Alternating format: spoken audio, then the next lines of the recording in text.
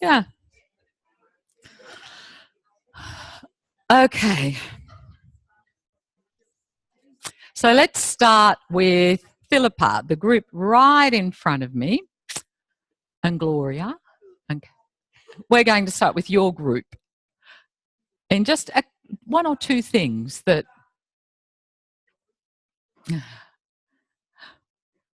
you think, what is powerful learning?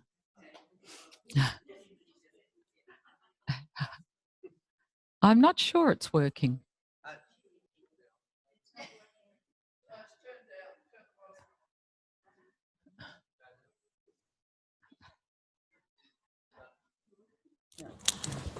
Yeah, it is. Oh, testing. Yeah, now it is. I'll hold it. It's on now. You hold it. Okay. So we were talking about powerful learning, I suppose, to try to summarise it. Big, long, wide-ranging conversation is to say it's the coming together of sensory, emotional engagement with passion and discovery to develop insight, to get insight.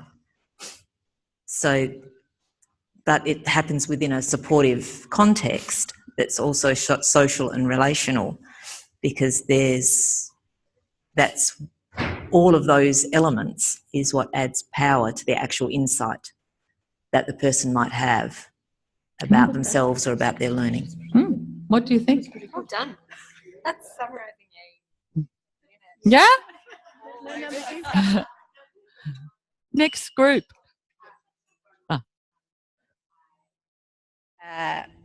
Worked with a really great neurologist for a long time who his favourite... I think you might have to move just a fraction. Oh, can you hold it? Yes. Yeah, that's true. And his favourite quote was, I can't remember how it started, it was like learning or teaching or something is the lighting of a fire, not the filling of a bucket. And he had a fantastic Irish accent. That not the filling of a bucket. That's nice, isn't it? The lighting of a fire, not the filling of a bucket. Okay, yeah, hand it to another group.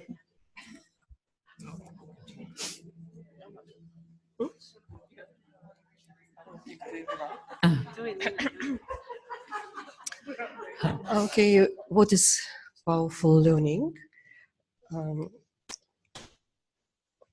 Powerful learning is what leads to self-education, invokes self-education.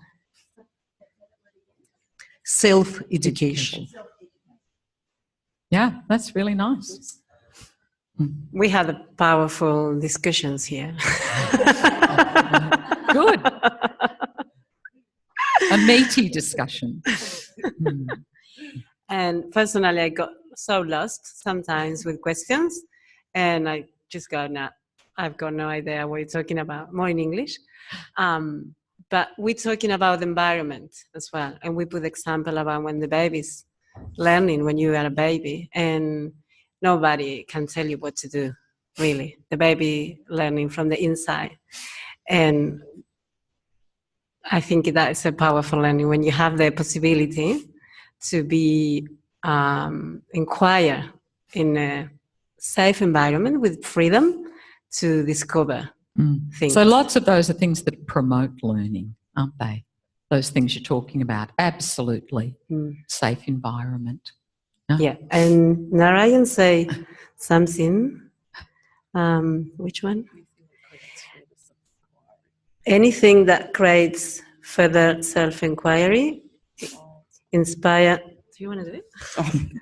Inspires, opens, options, confidence. Is it what you want? What it leads to in self-education. So yeah, and there was just all those words. Yeah. Like, yeah, the freedom of choosing, choices, curiosity, open to a flexible self-image. Yeah, it's all very powerful, just that you want to learn. You've got all those little things in the recipe to make it very powerful. And it's interesting, isn't it? You know, what I love to see is how this group sort of pulled it all together into one thing. But that for many of us, just as we're doing in learning all the time, we've got all these little bits. Do you know what I mean? Just like we've got a knee and a hip and a shoulder and a neck. And how are we trying to formulate something into an essence, if you like, or something that can encapsulate I think that bigger picture? probably the one word that broad question really funneled down to would have been curiosity in the end. Mm-hmm. Curiosity, because if you don't want to learn it, you're not going to learn it. So you need that little switch. Mm. Okay, next group. Just the addition. The powerful learning also physiologically, okay, it should do something with us, some kind of development, probably creating new connections in our brain. They can be good or bad. We've got all these ideas. That's where it gets interesting. One more comment. I thought if you can keep the learning and act on it in your life. Mm. Mm. Like Feldenkrais said, I'm not after flexible bodies, I'm after a flexible mind. Mm. So you have all the options what you can do in life. Mm. Okay, next group. Anna, you can be the next group. Oh. So in our group, the same words seemed to resonate, which was curiosity. We all sort of associated powerful learning with that. And also usually powerful learning came or was associated with a powerful emotion. I think that was... Mm-hmm. It lasts over time and permeates into our skills and thinking. And permeates into our skills and our thinking and our general sort of direction. And the other one was that learning is different to knowledge, which I thought was quite good, which goes back to what Kat was saying. Learning is different to knowledge. Next group. Thank you. So our group drew on the work of Immanuel Kant and the theory of the sublime. It was just lucky that a couple of us actually, it's been a really beautiful one for me. It's like the only thing that I can actually say about a philosopher, but he talked about the aha moment, or what Australians might call the eureka experience, when something, really powerful lands, and that there can either be a lead up, so, almost like the spiral curriculum, developing ideas, or it can be just a moment where things sort of collide and fall. But it's usually described as vivid, so not just an experience, it's really vivid, or your word powerful. It's memorable, like Sue said, something that lasts. And I think to really come together as a powerful experience, it's transformative. So you have essentially changed, and you don't go back. It's not like you have to revisit it again. And that's in the way you think or the way you move. It's sort of all encompassing. Yeah, I think that pretty much is it for me. Did you have things? I'll add something. We also talked about what inhibits powerful learning. Yeah, and how our own limitations and resistances and prejudices can limit powerful learning. So quite often the progressive process towards powerful learning is the breaking down of those resistances over time. And then powerful learning is also... Are we only doing one, or are we doing 2 and 3? No, that's all part of it. You're just doing powerful learning. What is powerful learning? Yeah, and now I've forgotten what I was going to say, so it doesn't matter. And hand on. Yeah. You guys? It's good just to throw all these into the room. I was looking at powerful learning in respect to the teacher and the student.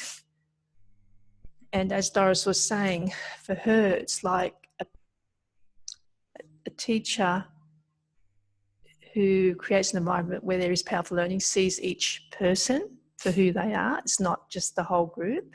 So they're like, that teacher is speaking to you and they can see something about you that's individual. And it's like it could be a philosophy, it could be something you read, it could be a person, just something they see in you speaking to you, and they can see everything about you, your weaknesses, your strengths, your vulnerabilities, all those things about you they can see, and it's okay. It's like they accept you as you are. You don't have to be a certain thing. Mm-hmm. Yeah. Mm-hmm. Yeah, anybody want to say? Anything else you want to add, or? When you can go through life thinking that you know, and then you don't know. That's pretty powerful learning, Pat. I tried to just pull out a couple of big words from the discussion.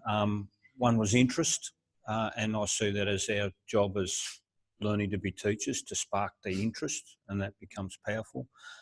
We look at Feldenkrais's experiences, so we know that what we're put through here, that we're given opportunities to experience. So experience is a powerful learning, which was touched before. Curiosity is different words to say the same thing. What were the other big words?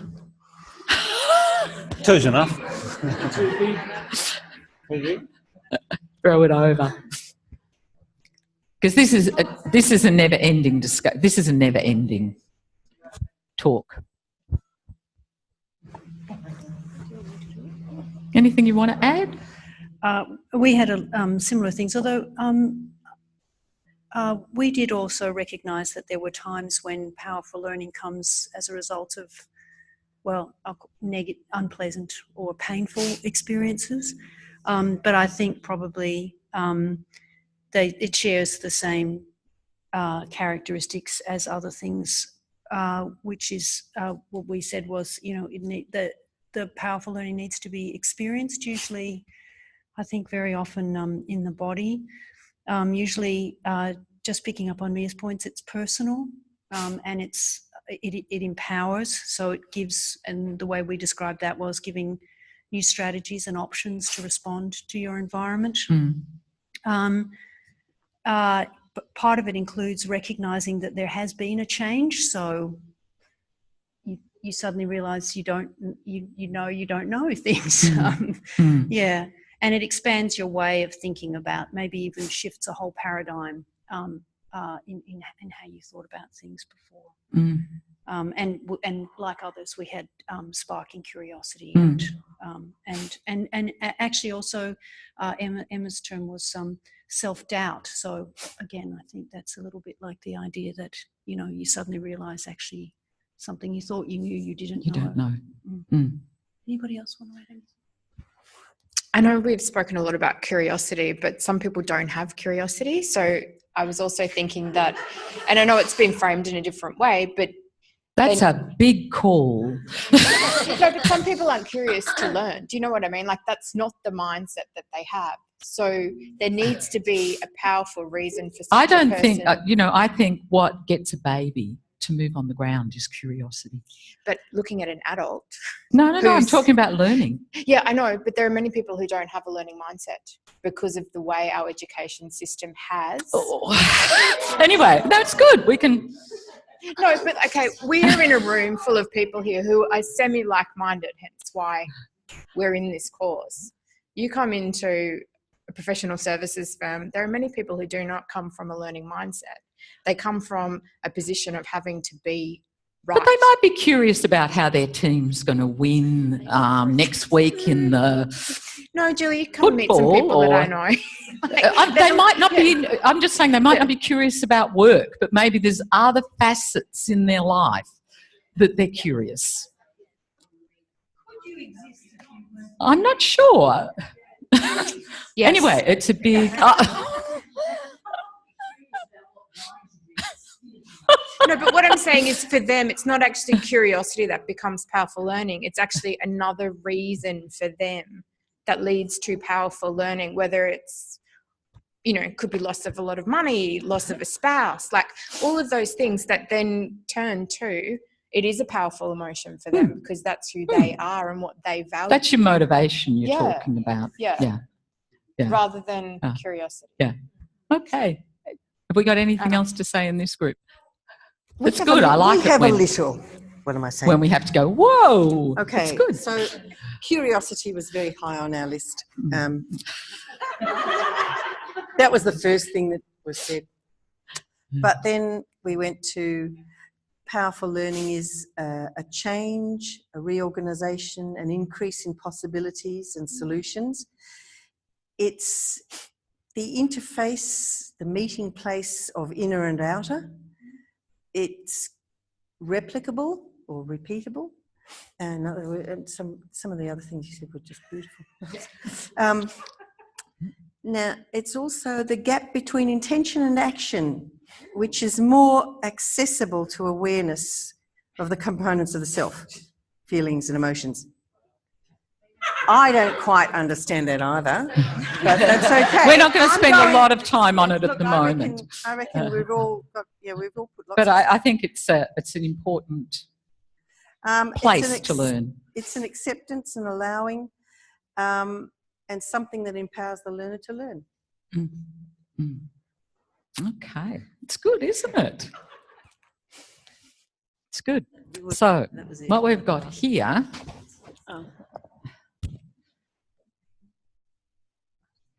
I went the wrong way, didn't I, Di? Okay. I'll go through it. This is from a woman called Julia Atkin, who's... she's not Australian. Is she Australian? She is. But has had a big influence on Di and on me. And the one big thing I want to get across is learning is something that so many people are interested in. And the more we understand, we can get an idea of what learning is and then go, what do we do as Feldenkrais practitioners that promotes learning?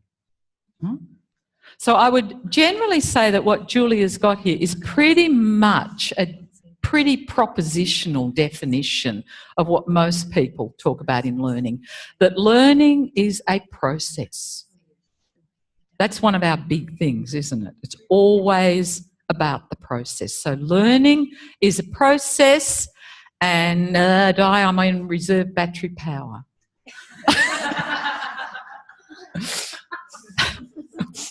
You are going to get this as a handout. So learning is a process leading to change. This is the big thing. So learning, if something's really learned, it must change your actions in the world, is the big thing. So it's not just, oh, that was interesting, or oh, I'm curious about that, but that it's actually going to change your actions in the world. And it's going to change it in the individual, which is what you brought out. It's a very individual process, and it enables the individual to perceive differently. So how we actually perceive, how we take in information changes. It enables us, this is the really important one, to adapt. So there's lots of powerful learning, negative conditioning, powerful learning. The good old conditioned response. Put in this stimulus, you get out that response. That isn't powerful learning that we're interested in. We're interested in powerful learning that's always enabling us to be adaptable, to have choices about what we're going to do. It's enabling him, Julia's words here, is to perform, which is to act, how we act in the world, and it enables us to create, I love this, and recreate. So it's an ongoing process of this is where I am and now I am here. So I'm never taking anything for granted. I'm always in a process of recreating myself. So learning is a process. So what do we gain from this process? We gain factual information. We actually do gain factual information in most things. Something that we didn't know before in terms of cognitive information. We gain understanding, insights and ideas that are either new to us or that we're building on having a more global understanding. But the insights I love, the aha moment. That's when we have those really big insights, and that's when it becomes ours. That's when it's like, oh my God. And I'm sure you've all heard this, but the story of Feldenkrais, and, you know, someone had come up to him and they'd say, oh, I just discovered this. And he would say, oh. And, you know, he'd say, that's fantastic. That's really good. And he'd say, I think I've already said that 100 times in the training. But it's not important because now it's theirs. No? Now it's theirs. And that's the aha. It's that moment when you think you've created it yourself somehow. Do you know what I mean? It's yours.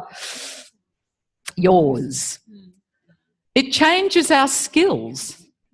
You know, and again, this is Julia's, but our psychomotor skills. So it's changing what she's really putting, it's changing our thinking, what you said before, it's changing our thinking, our sensing, our moving and our feeling. So everything's being influenced by the learning. So it has to change our values, our beliefs and our attitudes.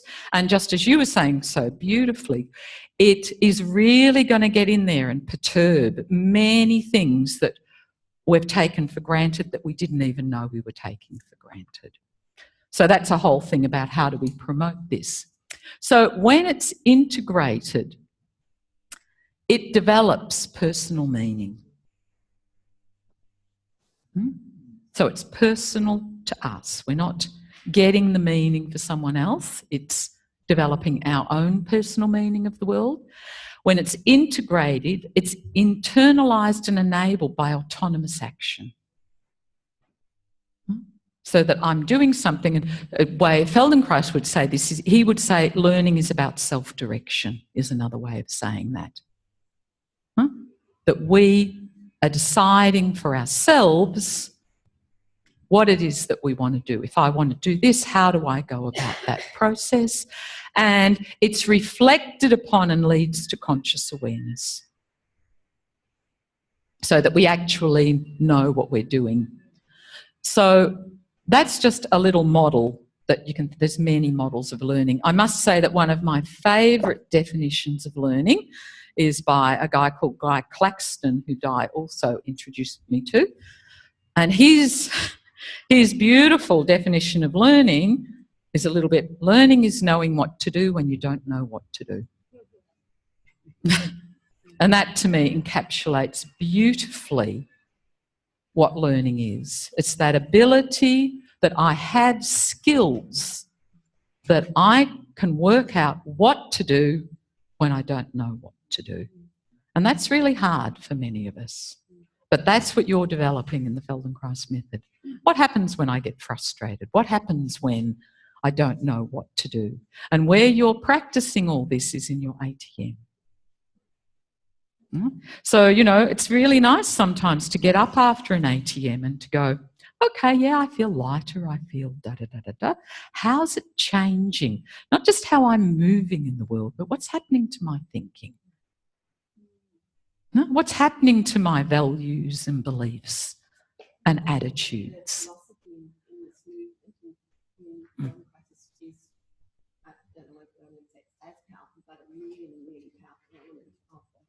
I agree. I agree. And I think, how do we touch on that more with people? But, you know, just build that in. And, you know, Feldenkrais does it beautifully. He introduces so much of this. And as I said, if you listen to him more, but he says it in a way that, you know, that I'm still working with, of never hectoring you. Do you know what I mean? He just drops this in into the field as you're in this learning state and more of you is involved in the movement. I mean, it's brilliant. More of me is involved, so I'm more open, and then he's just dropping like a little pebble into the river, all of these ideas. But the reason they go in, even if you don't know they're going in, is because of the state you're in. And it's not a hypnotherapy state. It's not a state of, now I'm completely passive and just taking in this information. It's a state of activity. It's a state of movement, of possibility, and then he's just going, okay, what about this? What about this? So that you're not in your normal resistance. You're not in your normal whatever patterns you're in. Yeah? And what I would like to see us more and more as ATM teachers is develop some of this in our teaching and realise the importance of it in our teaching. Okay, so there was just one more to finish with. So we're not doing any, so what is it powerful to learn? And we'll talk about this a lot more. I just wanted to go back to this model, and this is one that I use. So when I'm asking what is it powerful to learn, I'm always thinking of this DNA helix. You can tell I like biology. So this is the language, but this absolute intertwining in every interaction that I have with someone in the Feldenkrais method between the organisational capabilities they have, which is what you've been given in that little ATM sequence. There's a little sequence of movements there that's going to improve their organisational capabilities. Just as important is how they learn how to learn. So the learning capabilities and how am I choosing which are appropriate for whatever we're doing. So they're both always getting embedded into this learning process. So Feldenkrais never felt that learning is doing, because we can do things without a lot of awareness. We're using doing as our vehicle to experience learning. So it's learning through doing or awareness through movement. So, but we'll talk more about these. So what we're going to do now is just have a quick break. So this morning we're going to do a lot on development, human development. So you're going to be on the floor a lot. Being sort of maybe little babies, a little bit